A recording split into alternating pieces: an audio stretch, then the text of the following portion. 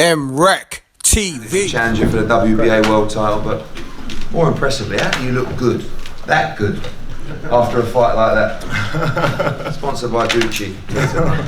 And Danny, over to you to say a few words. Well, first off, tough customer in SULECKI, undefeated.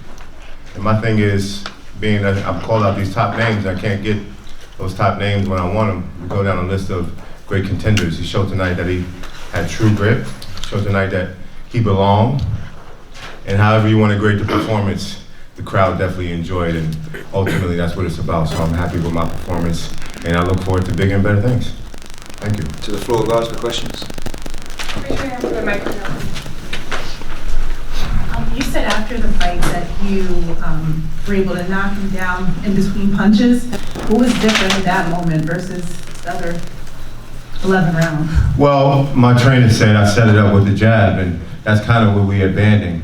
Going into the fight, I knew I had to look impressive, and I was wanting to get the knockout, but he was a tough, durable guy. You know, sometimes you got to set it up, you got to take your time, and in the later rounds, both of us was a little bit more tired, and I caught him perfectly, but it was all set up from the jab, and I know going forward that I can't really abandon my jab as much as my trainer tell me to, you know, implement it inside that ring. So going forward, I'm looking forward to bigger and better things and fixing mistakes every time out.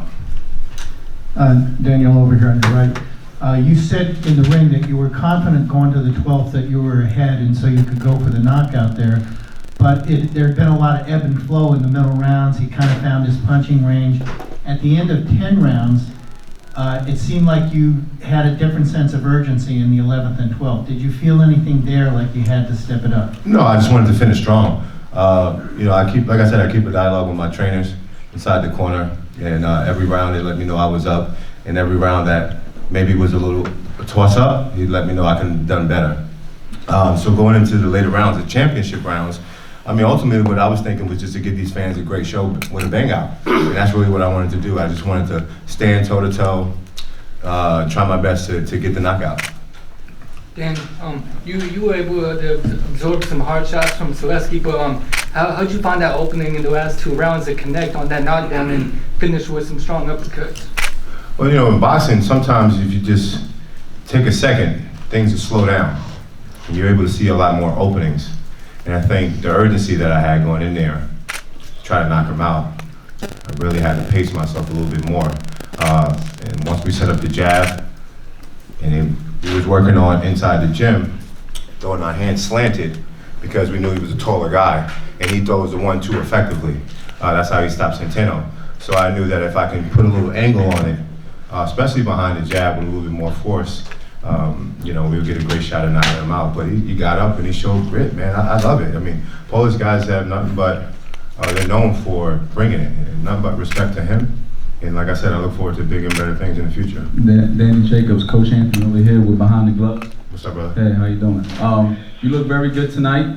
Everybody obviously, you know, wants to see maybe the Charlo fight or Triple G or one of these guys again. But now that we got Eddie Hearns here, how about Billy Joe Saunders, man? What's up with a fight with you and Billy Joe? It's something that I've been pushing for a very long time, but I think he's been using his promoter. I think Eddie and him got a little beef, something like that. I don't know too much about that. Eddie, can you tell us something about that? I don't know too much about it, but Yeah, I think that the main issue is that Billy Joe Saunders is not really known over here in the US, and it's very difficult. If he's going to come to the US, the money he's going to want to fight Danny Jacobs. Very true. He's going to price himself out of the fight. So, but the thing is with the middleweight division right now, Billy Joe's been waiting for Gennady Golovkin for a long time, and now obviously the May 5th's not happening, September the 15th's happening. So Billy Joe's going to miss out on that big fight again, and there isn't really anyone else out there for him to fight. So I think the most impressive thing that Danny's done is he's fought 2 guys where he hasn't got a lot to gain in those fights, but they have everything to gain. You know, the first one, an undefeated fighter against Arias. This one, a much better fighter than Arias in SULECKI.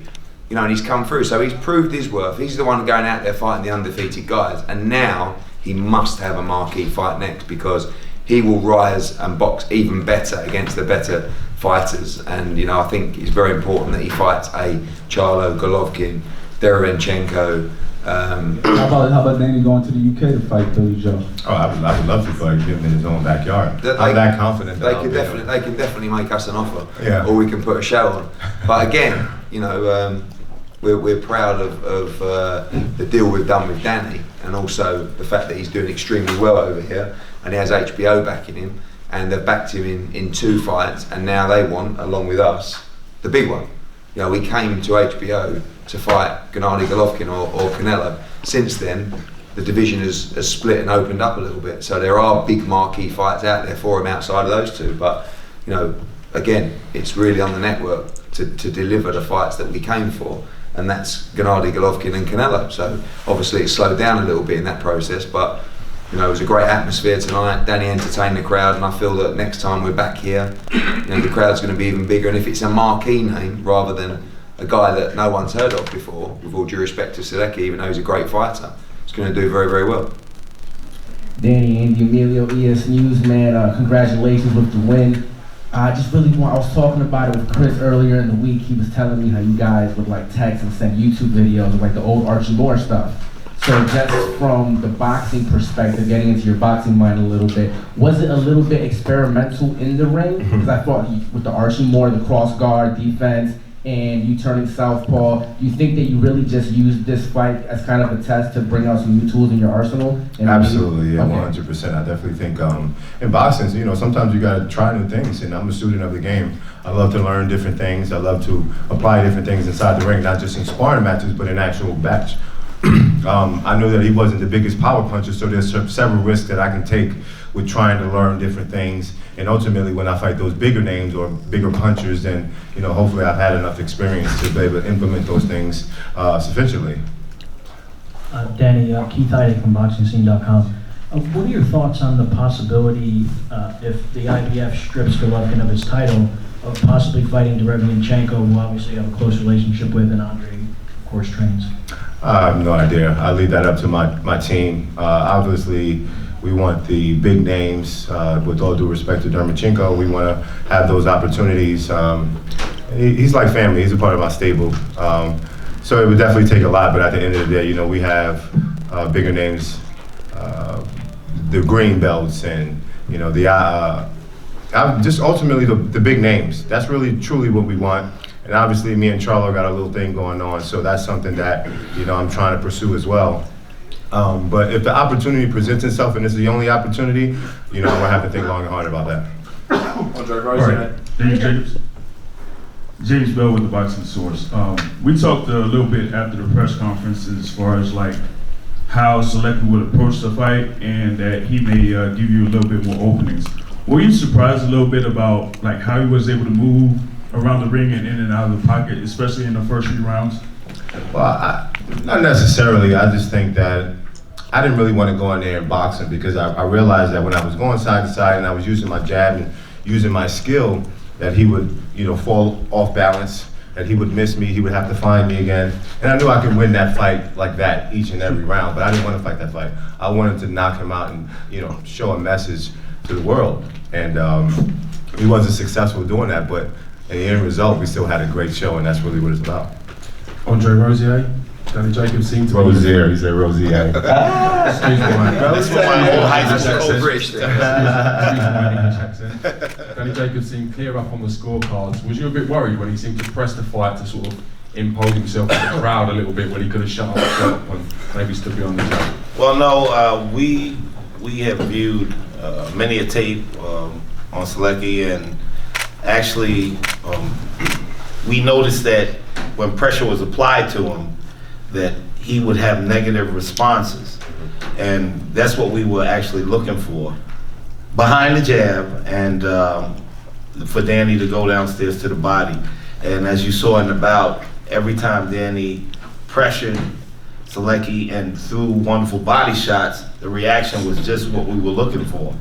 We needed a little bit more of that, but I had to settle Danny down a bit because he was hungry for a knockout.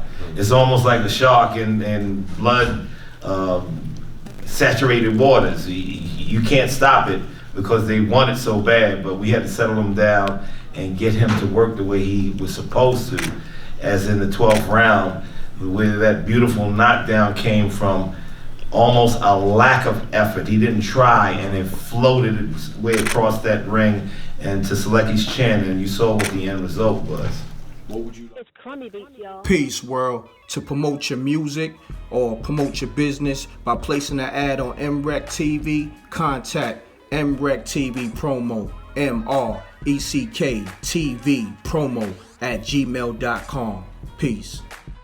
Switch things to the opposite way. It's the Mac that the strippers and the groupies pay. Yeah, bands make her dance, you can't juice this J. We bout to terrorize the rap game. Fuck it right and give it back pain. Ever since a kid, it stayed focused, barely hung out. Pops went to jail, mom Dukes got strung out. Like Jordan with the tongue out, determined to win. And got the best product out, and you killing the strip. I taught the money gymnastics, I'm making it flip.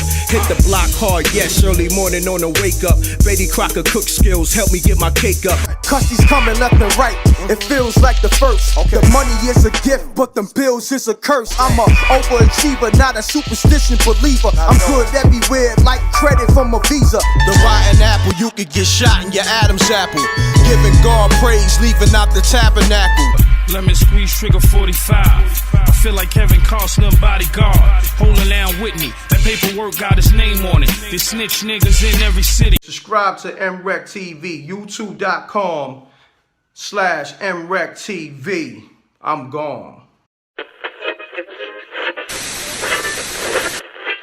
MRecktv.